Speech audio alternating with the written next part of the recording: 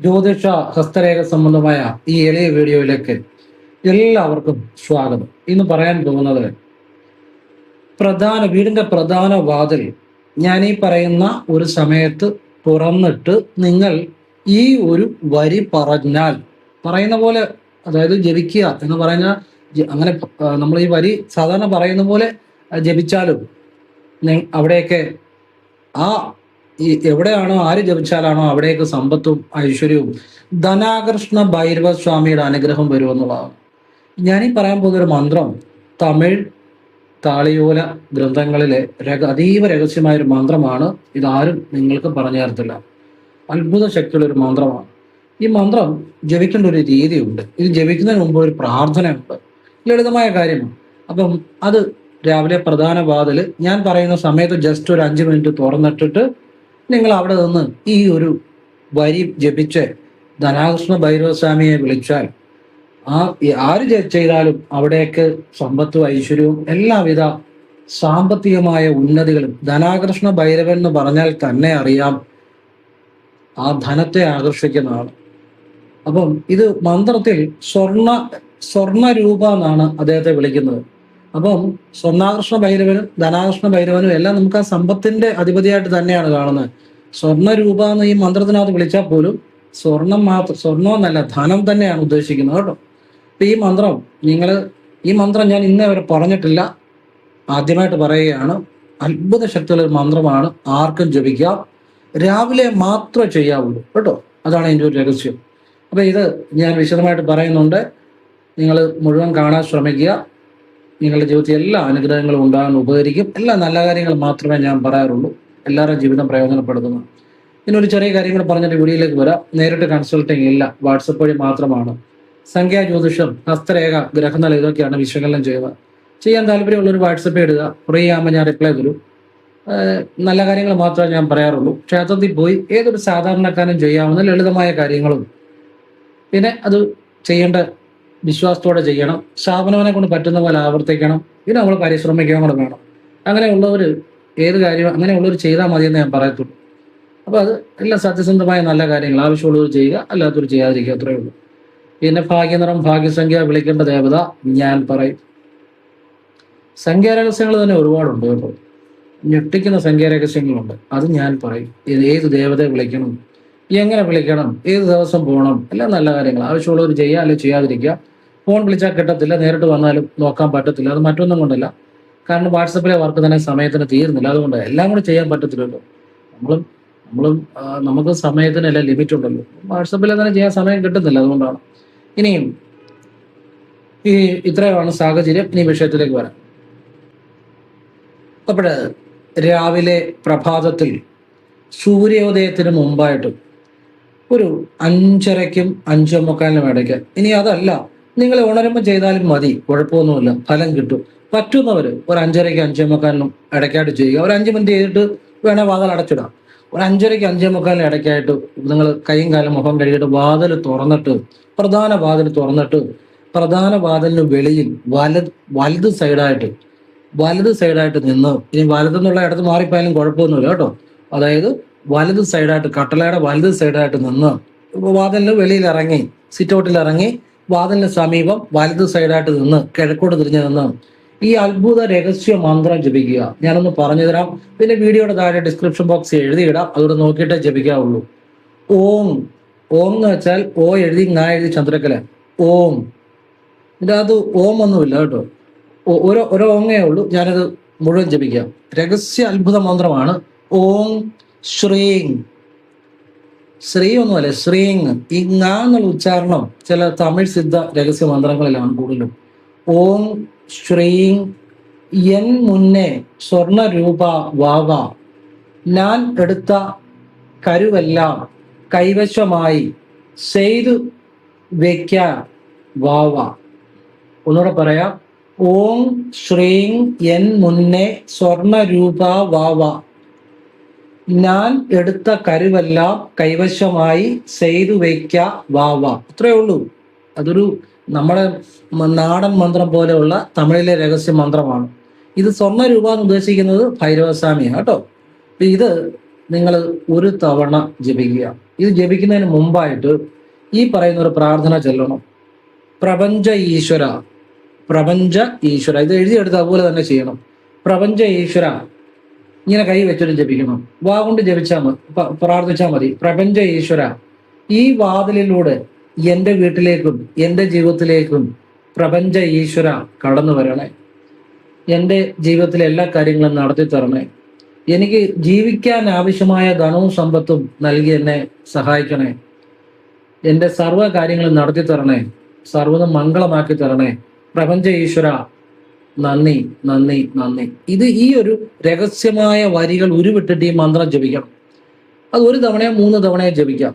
എന്നിട്ട് വീണ്ടും അവസാനം ഒരു തവണ ഈ പ്രപഞ്ച ഈശ്വര എന്നുള്ള പ്രാർത്ഥന ചെയ്യണം. അപ്പൊ ഇങ്ങനെയാണ് പ്രാർത്ഥിക്കുന്നത്. പ്രപഞ്ച ഈശ്വര, എൻ്റെ ഈ വാതിലിലൂടെ എൻ്റെ കുടുംബത്തിലേക്കും എൻ്റെ ജീവിതത്തിലേക്കും അവിടുന്ന് കടന്നു വരണമേ. ഞാൻ എൻ്റെ എല്ലാ കാര്യങ്ങളും നടത്തി തരണേ. എനിക്ക് ജീവിക്കാൻ ആവശ്യമായ സമ്പത്തും ഐശ്വര്യവും ധനവും എല്ലാം നൽകണേ. എല്ലാ കാര്യങ്ങളിലും വിജയം നൽകണേ. എന്നെ സഹായിക്കണേ. സർവ്വതും മംഗളമാക്കി തരണേ. പ്രപഞ്ച ഈശ്വര, അവിടത്തേക്ക് നന്ദി നന്ദി നന്ദി. ഇത് എഴുതി ഇതുപോലെ തന്നെ പ്രാർത്ഥിക്കണം. ഈ പ്രാർത്ഥന ചെയ്തിട്ടാണ് ഈ മന്ത്രം ഒന്നുകിൽ ഒരു തവണയോ അല്ലെ 3 തവണയോ ജപിക്കുക. എന്നിട്ട് അവസാനം ആ പ്രാർത്ഥന ഒന്നുകൂടെ ജപിക്കുക. പ്രാർത്ഥന ആദ്യ അവസാനം ഓരോ തവണ ജപിച്ചാൽ മതി. ഇത് നിങ്ങളൊന്ന് പരീക്ഷിച്ച് നോക്കുക. പരീക്ഷിച്ച് നോക്കുന്നത് തെറ്റില്ലല്ലോ. എങ്ങനെ ഇരിക്കുമെന്ന് അറിയാമല്ലോ. നല്ല മനസ്സോടെ ചെയ്യുക. ഒരു 21 ദിവസം നിങ്ങൾ ചെയ്യുക. എന്നിട്ട് നിങ്ങളുടെ ജീവിതത്തിൽ വരുന്ന മാറ്റങ്ങളൊന്നും നിങ്ങൾ തന്നെ നോക്കുക. പഴയതുപോലെ ആണോ നിങ്ങളുടെ മാനസിക സ്ഥിതി? നിങ്ങളുടെ കയ്യിലേക്ക് പൈസ വരുന്നുണ്ടോ? നിങ്ങളുടെ കുടുംബത്തിൽ സന്തോഷം വരുന്നുണ്ടോ? നിങ്ങൾക്കൊരു വശ്യശക്തി ഉണ്ടാകുന്നുണ്ടോ? നിങ്ങൾ തന്നെ ഒന്ന് നിങ്ങളെ എന്നിട്ട് നോക്കുക. എന്നിട്ട് ഫലമില്ലേ നിങ്ങൾ ജപിക്കണ്ട, വിട്ടര്, പിന്നെ ജപിക്കണ്ട. 21 ദിവസം നോക്കുക. ഉണ്ടെങ്കിൽ ഇത് തുടർന്നും ചെയ്യുക. സത്യമായ കാര്യമാണ്. ഒരുപാട് ആളുകളുടെ ജീവിതം മാറ്റിയ നല്ല കാര്യമാണ് ഈ മന്ത്രം. ഈ സ്വർണ്ണാകർഷണ ഭൈരവ സ്വാമി ധനാകർഷണ ഭൈരവൻ തന്നെയാണ് കേട്ടോ. ആ ധനമാണ് നമ്മൾ ഉദ്ദേശിക്കുന്നത്. സ്വർണ്ണാകർഷണ ഭൈരവൻ എന്ന് പറഞ്ഞാലും ധനമാണ് ഉദ്ദേശിക്കുന്നത്. ആ ധനമാണ് വരുന്നത്. അപ്പൊ ഈ ഒരു മന്ത്രം നിങ്ങൾക്ക് ആരും പറഞ്ഞു തരത്തില്ല. നിങ്ങൾക്ക് ആരും പറഞ്ഞു തരത്തില്ല ഈ മന്ത്രം. ഈ മന്ത്രം അത്ഭുത രഹസ്യ മന്ത്രമാണ്. ഈ ഓങ് ശ്രീങ് ഇങ്ങനത്തെ ജപിക്കുന്നത് ചുമ്മാ ജപിക്കുന്നതല്ല. അതിൻ്റെ അകത്തൊക്കെ ചില രഹസ്യമുണ്ട്. ഓം എന്ന് പറയുമ്പോൾ ഈ ഓം ആ ഊർദ്ധഗതിയിലാണ് പ്രാണന്റെ സഞ്ചാരം ഉണ്ടാകുന്നത്. അത് ഈ പുരികമധ്യത്തിന് ഇടയിലൂടെ അകത്തേക്കൊരു വര വരച്ചാലും ഈ ചെവിയുടെ ഈ സൈഡിൽ നിന്ന് ഇങ്ങനൊരു വര വരച്ചാലും ഇത് അകത്ത് 4 കൂടുന്ന സന്ധിക്കുന്ന സ്ഥലത്തെ ഒരു ഊർജ കേന്ദ്രമുണ്ട്. അതാണ് യഥാർത്ഥ ഭ്രൂമധ്യം. അത് ഉണ്ണാക്കിന് മേലെയായിട്ട് വരും. അപ്പൊ ഓം ഇങ്ങനെ ഉച്ചരിക്കുമ്പോൾ ആ പ്രാണന്റെ മുകളിലേക്കുള്ള സഞ്ചാരം ഉണ്ടായി ആ ഭ്രൂമധ്യത്തിലാണ് അതിന്റെ എഫക്റ്റ് ഉണ്ടാകുന്നത്. അതുകൊണ്ടാണ് നമ്മുടെ കാര്യങ്ങൾ നടന്നു കിട്ടുന്നത്. അത് ഓങ് ആയിക്കോട്ടെ, ശ്രീങ് ആയിക്കോട്ടെ, പിന്നെ ഈ മന്ത്രത്തിൽ വരുന്നതല്ല. റീങ് എന്ന് പറഞ്ഞ ഒരു വിദ്യ പറഞ്ഞു. ഇതെല്ലാം പ്രാണന്റെ ഊർജഗതിയിൽ മുകളിലേക്കുള്ള സഞ്ചാരം ഭ്രൂമധ്യത്തിൽ എത്താനുള്ള രഹസ്യ ബീജങ്ങളാണ്, അല്ലെ രഹസ്യ മന്ത്രങ്ങളാണ്. മനസ്സിലാവുന്നുണ്ടോ? അല്ലാതെ ചുമ്മാ ഉള്ള മന്ത്രങ്ങളൊന്നും അല്ല ഇത്. അപ്പം അതായത് ആ നമ്മൾ ജപിക്കുന്ന ആ ദേവതയുടെ ശക്തി നമ്മളിലേക്ക് വരുന്ന ചില രഹസ്യ മന്ത്രങ്ങളാണ്. അപ്പൊ ഇത് നിങ്ങൾ ഇങ്ങനെ നിത്യവും രാവിലെ ചെയ്യുക. എന്നിട്ട് 5 മിനിറ്റ് ചെയ്തിട്ട് നിങ്ങൾ വീണ്ടും വേണേൽ കഥ അടച്ചിടാം, അല്ല തുറന്നിടാം. അതിനകത്തൊന്നും കുഴപ്പമില്ല. ഇനി നിങ്ങൾ ഇച്ചിരി താമസിച്ച് എഴുന്നേൽക്കുന്ന വ്യക്തിയാണെങ്കിൽ എപ്പോൾ എഴുന്നേറ്റും വാതിൽ തുറന്നിട്ട് ഇങ്ങനെ ചെയ്യുക. ഒരു 5:30-5:45 5:45 ഇടയ്ക്കാണെങ്കിൽ വളരെ ഫലമാണ്. ഒരു 5 മിനിറ്റ് ഇങ്ങനെ ചെയ്തിട്ട് പിന്നെ അത് അടയ്ക്കോ തുറയ്ക്കോ എന്ത് വേണമെങ്കിലും ചെയ്യാം. ഈ പ്രഭാതത്തിൽ സൂര്യൻ ഉദിക്കുന്നതിന് മുമ്പ് ചെയ്യുന്ന പ്രാർത്ഥനകൾക്കും ചിന്തിക്കുന്ന കാര്യങ്ങൾക്കും എല്ലാം ജീവിതത്തിൽ നടക്കുമെന്നുള്ളതാണ്. നമ്മൾ സൂര്യൻ ഉദിക്കുന്നതിന് മുമ്പ് എഴുന്നേറ്റ് ഒരു പ്രാർത്ഥന ചെയ്താൽ അത് ഫലം കിട്ടും. നമ്മൾ നമ്മുടെ ജീവിതത്തെക്കുറിച്ച് ചിന്തിക്കുന്നു, ആ ചിന്തകൾ നടക്കുമെന്നുള്ളതാണ്. അപ്പം നല്ല ചിന്തകളാണെങ്കിൽ അത് നല്ലത് നടക്കും. ചിലർ രാവിലെ എഴുന്നേറ്റ് പറഞ്ഞാൽ മോശം കാര്യങ്ങളാണ് ചിന്തിക്കുന്നത്, നെഗറ്റീവായിട്ടുള്ള ചിന്തകളാണ്, അതും നടക്കും. ഈ സൂര്യോദയത്തിന് മുമ്പ് ചിന്തിക്കുന്ന ചിന്തകൾ എന്താണോ അത് നല്ലതാണെങ്കിൽ നല്ല കാര്യം നടക്കും. മോശമായ കാര്യങ്ങളാണ് ചിന്തിക്കുന്നെങ്കിൽ മോശം കാര്യങ്ങൾ നടക്കും ജീവിതത്തിൽ, സംശയമൊന്നും വേണ്ട. അപ്പം ഈ സമയത്തെ ചിന്തകൾക്ക് വളരെ പവർഫുൾ ആണ്. സൂര്യോദയത്തിന് മുമ്പുള്ള, അതായത് സൂര്യോദയത്തിന് മുമ്പ് ഒരു 48 മിനിറ്റ് വളരെ വളരെ പ്രാധാന്യമുള്ള സമയമാണ്. 48 മിനിറ്റ് പോട്ടെ, നിങ്ങൾ സൂര്യോദയത്തിന് മുമ്പ് ഒരു 5:30 മുതൽ 5:45 വരെയുള്ള സമയം എടുത്താൽ മതി. ഒരു 15 മിനിറ്റ്, അല്ലെ 5:30ക്കും 5:45നും ഇടയ്ക്ക് രാവിലെ ഒരു 5 മിനിറ്റ് എടുത്താൽ മതി. ഈ സമയത്ത് വളരെ, അതായത് നമ്മൾ ആ സമയത്ത് നിങ്ങളുടെ ജീവിതം, അതാ പറയാം, നമ്മൾ രാവിലെ ഈ പ്രഭാതത്തിൽ എഴുന്നേൽക്കുമ്പോൾ നമ്മൾ ഈശ്വര ചിന്തയോടുകൂടി എഴുന്നേൽക്കണം എന്ന് പറയുന്നതിന്റെ കാര്യം അതാ. ആ സമയത്ത് നമ്മൾ മനസ്സിൽ, ഇപ്പം ചിലരുണ്ട് എപ്പോഴും നെഗറ്റീവ് ചിന്തിച്ച് നടക്കുന്നത്, അപ്പൊ അവർക്ക് വീണ്ടും ആ നെഗറ്റീവിന്റെ സ്വാധീനം ഉണ്ടാകും. പറഞ്ഞാൽ മനസ്സിലായില്ലേ?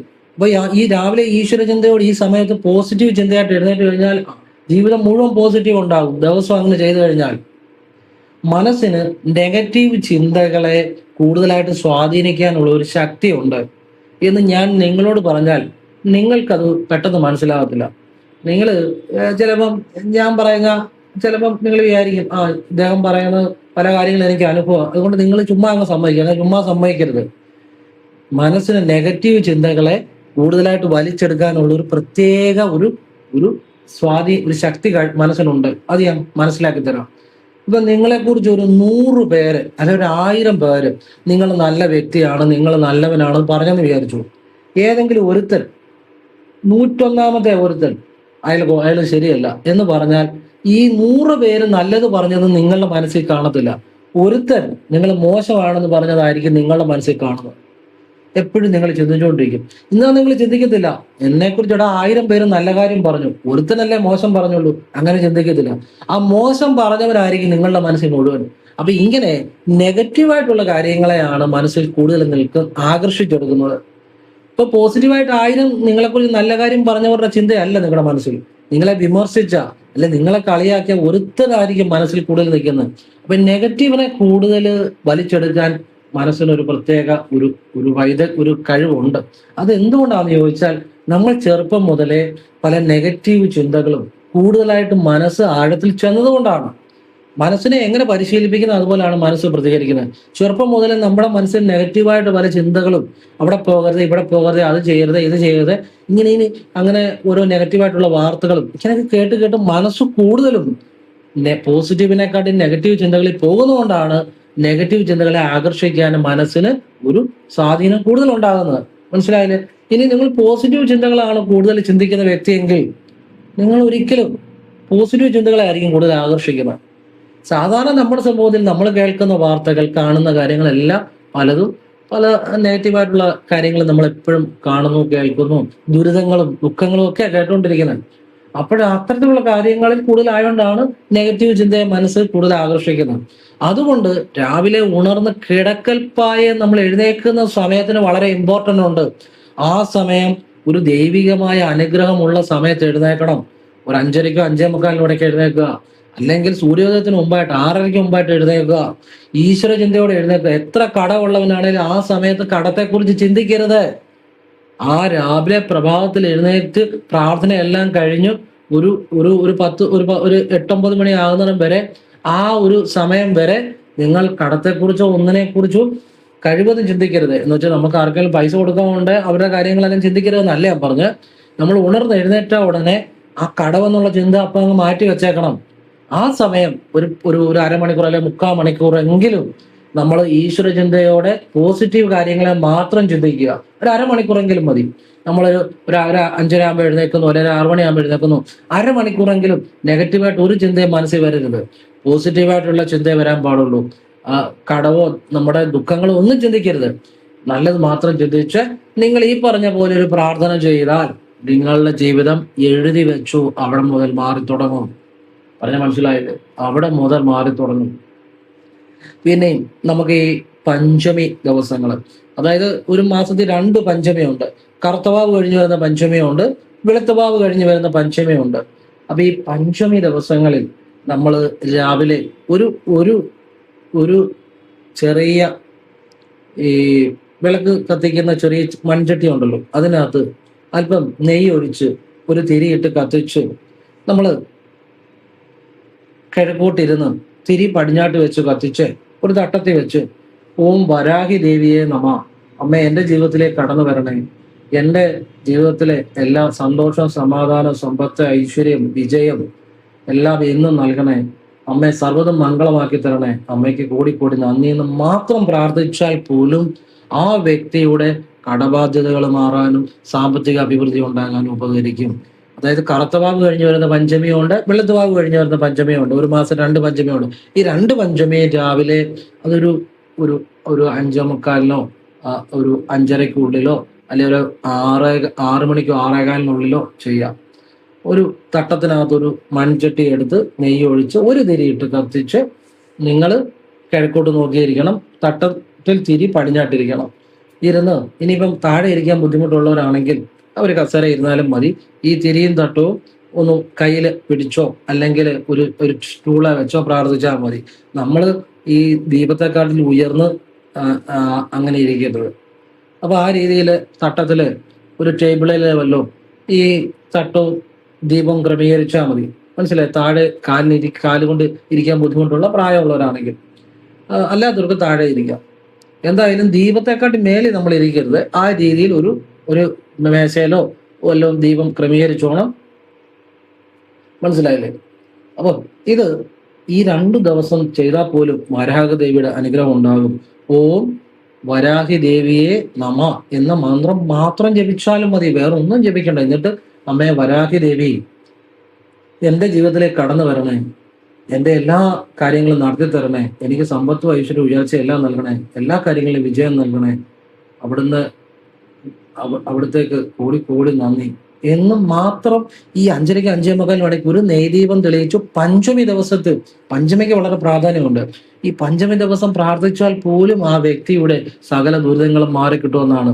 ഇതെല്ലാം ലളിതമായ കാര്യങ്ങളും ജീവിതം മാറ്റുന്ന കാര്യങ്ങളുമാണ്. ഇതൊക്കെ മനസ്സിലാക്കി ചെയ്യുന്നവർക്കൊക്കെ അതിന്റെ ഗുണങ്ങൾ ഉണ്ടാകും. നല്ല കാര്യങ്ങളാണ് ഞാനെല്ലാം പറയുന്നത്. ഞാൻ പറയുന്ന എല്ലാ കാര്യങ്ങളും എല്ലാം ഒരാൾ ചെയ്യാൻ വേണ്ടിയല്ല. നിങ്ങൾക്ക് പറ്റുന്ന, നിങ്ങൾക്ക് ആവശ്യമുള്ള ചെയ്യുക. എല്ലാം എഴുതി വെക്കുക ആവശ്യമുള്ളവർ. അതിൽ നിങ്ങൾക്ക് പറ്റുന്ന ആവശ്യമുള്ള ചെയ്യുക. അല്ലെ ആവശ്യം വരുമ്പം അത് എഴുതി വെച്ചത് നോക്കി ചെയ്യുക. എന്നിട്ട് നമ്മൾ പ്രവർത്തിക്കുകയും കൂടെ വേണം. ചെയ്യുന്ന പൂർണ്ണ വിശ്വാസത്തോടു കൂടി ചെയ്യണം. നമ്മൾ പ്രവർത്തിക്കുകയും കൂടെ വേണം. അതിനുവേണ്ടിയാണ് ഈ മൊത്തം വീഡിയോയിലും 1600 വീഡിയോയിലും പറയുന്നത്. അല്ലാതെ ഒരാൾ തന്നെ എല്ലാം ചെയ്യാനോ എപ്പോഴും ചെയ്തുകൊണ്ടിരിക്കാനോ അല്ല. നിങ്ങൾക്ക് ആവശ്യമുള്ളപ്പോൾ എഴുതി വെക്കുക. നിങ്ങൾക്ക് ആവശ്യമുള്ളപ്പോൾ ഇതെടുത്ത് പ്രയോഗിക്കാം. നല്ല കാര്യങ്ങളാണ്. എന്നിട്ട് നിങ്ങൾ പ്രവർത്തിക്കുകയും കൂടെ വേണം. പിന്നെ ചെയ്യുന്നത് ആത്മാർത്ഥത്തോടുകൂടി ചെയ്യണം. അതിനെല്ലാം കൂടെ ചെയ്യേണ്ട. നിങ്ങൾക്ക് വേണ്ട, പലർക്കും പല കാര്യങ്ങളാണ് ചെയ്യാൻ പറ്റുന്നത്. അങ്ങനെയാണ് ഈ പല കാര്യങ്ങൾ പറയുന്നത്. നിങ്ങൾക്ക് പറ്റുന്നത് ചെയ്യുക, നല്ലതായിട്ട് വിശ്വാസത്തോടെ ചെയ്യുക, പരിശ്രമിക്കുക. അതാണ് അങ്ങനെയാണ് ഈ 1600 വീഡിയോയിൽ ഞാൻ അങ്ങനെയാണ് കാര്യങ്ങളെല്ലാം പറഞ്ഞു തരുന്നത് കേട്ടോ. അത് മനസ്സിലാക്കുക. പലപ്പോഴും നമ്മൾ പ്രാർത്ഥന ചെയ്യുമ്പം ഫലം ഉണ്ടാകാതിരിക്കുന്നത്, ഫലം വരാത്തതിന്റെ കാരണം എന്താണെന്നറിയോ? നമ്മുടെ മനസ്സിൽ ഒരു കാര്യം വേണമെന്ന് കാണും. ഇപ്പോൾ ഒരു വീട് വെക്കണം, അല്ലെങ്കിൽ ഒരു ഭൂമി വാങ്ങണം, അത് മനസ്സിൽ കാണും. പക്ഷെ നമ്മുടെ ഉപബോധ മനസ്സിൽ, നമ്മുടെ ഉള്ളില് അതൊക്കെ എങ്ങനെ നടക്കാൻ എന്നായിരിക്കും സബ് കോൺഷ്യസ് മൈൻഡിലെ ചിന്ത.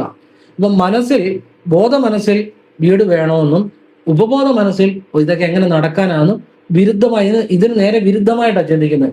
അങ്ങനെ ഈ 2 വിരുദ്ധ ചിന്തകൾ ഉണ്ടാകുമ്പോഴാണ് പ്രാർത്ഥന ചെയ്താൽ ബലം കിട്ടുന്നത്. അമ്പലത്തിൽ പോയി വഴിപാട് ചെയ്യുമ്പോൾ എനിക്കൊരു വീട് വേണം, അല്ലെ തൊഴിൽ വേണമെന്നും ബോധ മനസ്സുകൊണ്ട് പറയും. ഉപബോധ മനസ്സിലെ ചിന്തേന ഇതൊക്കെ എങ്ങനെ നടക്കാനാണ് തിരിച്ച് ചിന്തിക്കും. അപ്പൊ ഇങ്ങനെ 2 ഈ ചിന്തകൾ, അതായത് വിരുദ്ധ ചിന്തകളാകുമ്പോഴാണ് അത് ഫലം കിട്ടാൻ തടസ്സം ഉണ്ടാകുന്നത്. ഉറച്ച വിശ്വാസം വേണമെന്ന് എപ്പോഴും ഞാൻ പറയുന്നതിന്റെ കാര്യം അതാണ്. നിങ്ങൾക്ക് വീട് വേണമെന്ന് പറഞ്ഞ് വഴിപാട് ചെയ്യുമ്പോൾ നിങ്ങളുടെ ബോധ മനസ്സിലും ആ ചിന്തയുണ്ട്, ഉപബോധ മനസ്സിലും ആ വീട് വേണമെന്ന് ആ ഉറച്ച വിശ്വാസം ഉണ്ടെങ്കിൽ ആ കാര്യം നടക്കുമെന്നുള്ളതാണ്. അപ്പൊ അങ്ങനെ ചെയ്യുന്നവർക്കാണ് പെട്ടെന്ന് ഫലം കിട്ടുന്നത്. മനസ്സിലൊന്ന് ചിന്തിക്കും, പിന്നെ ഉള്ളില് ഇതൊക്കെ എങ്ങനെ നടക്കാനെന്ന് ചിന്തിച്ചാൽ അങ്ങനെയുള്ളവർക്കാണ് ഈ വഴിപാട് ചെയ്താലും ഫലം ഉണ്ടാകാനും തടസ്സം ഉണ്ടാകുന്നത്. അവിടെ ഒരു ജോലി ചെയ്താലും അത് വിജയിക്കാൻ തടസ്സം ഉണ്ടാകുന്നതൊക്കെ ഈ വിരുദ്ധ ചിന്തകൾ വരുന്നതുകൊണ്ടാണ്. അതുകൊണ്ടാണ് ഞാൻ പറയുന്നത്, ഏതൊരു കാര്യം ചെയ്താലും ഉറച്ച വിശ്വാസത്തോടു കൂടി ചെയ്യണമെന്നുള്ളത്. പിന്നെ നമ്മളൊരു കാര്യം ചെയ്യുമ്പോൾ ആദ്യം നമ്മൾ ചെയ്യുക എന്നുള്ളതാണ്. നമ്മൾ അതിനെക്കുറിച്ച് ഒരുപാട് ചിന്തിച്ചു കഴിഞ്ഞാൽ, ഇപ്പം നമ്മൾ ഒരു ജോലി ചെയ്യുന്നു, ആ ജോലി നമ്മൾ ചെയ്താണ് മെച്ചപ്പെടേണ്ടത്.